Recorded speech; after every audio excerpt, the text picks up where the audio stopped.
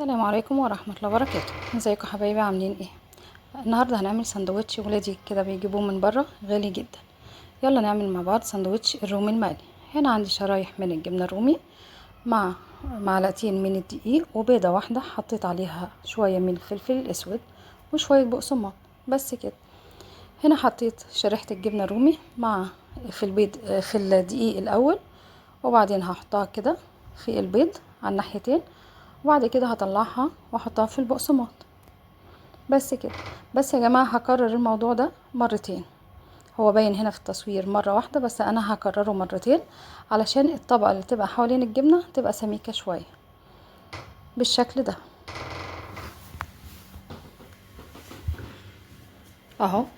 كده هغرقها كده من البقسماط، اغطيها من ناحيتين، وهكرر الموضوع ده تاني، دقيق وبيض وبقسماط. تمام. بعد كده هكون محضره، هحطها الاول في التلاجة في الفريزر عشان الطبقه دي تمسك عليها اهي، شايفين ماسكه ازاي؟ ربع ساعه بس في الفريزر. بعد كده جبت طاسه فيها شويه من الزيت السخن، ومش هحطها كتير، يا دوب تاخد لون ذهبي، واقلبها على الناحيتين. ما شاء الله، شايفين شكله عامل ازاي؟ ده اللي الولاد بيجيبوه من بره. وادي الجبنه ما شاء الله سايحه وجميله.